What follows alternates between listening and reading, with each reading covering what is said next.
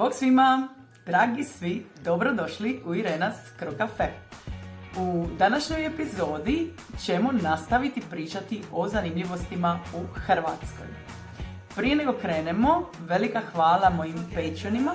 Ako se i vi želite pridružiti zajednici i učiti s nama na Patreonu, link je u opisu videa dolje.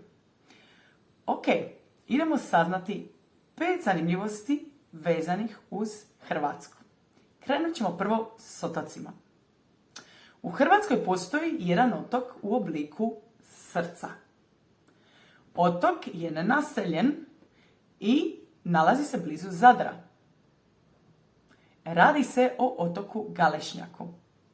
Poznat je kao otok ljubavi. Broj 2. Znate li koji otok u Hrvatskoj ima najviše sunčanih sati? To je otok Hvar, najsunčaniji otok u Hrvatskoj. Broj 3.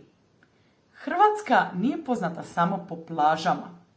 U jednom danu u Hrvatskoj možete iskijati i ispijati kavu na plaži. Najviša planina u Hrvatskoj je planina Dinara. Broj 4. Znate li kako se zove hrvatska valuta? Hrvatska kuna. Kuna je vrsta životinje. Na engleskom se kaže pine marten. I broj 5. Idemo u jedan maleni grad u Hrvatskoj. Zapravo najmanji grad na svijetu prema Guinnessovoj knjizi rekorda. Znate li o kojem gradu se radi?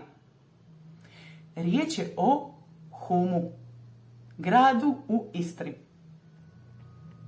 Dragi svi, hvala vam na gledanju.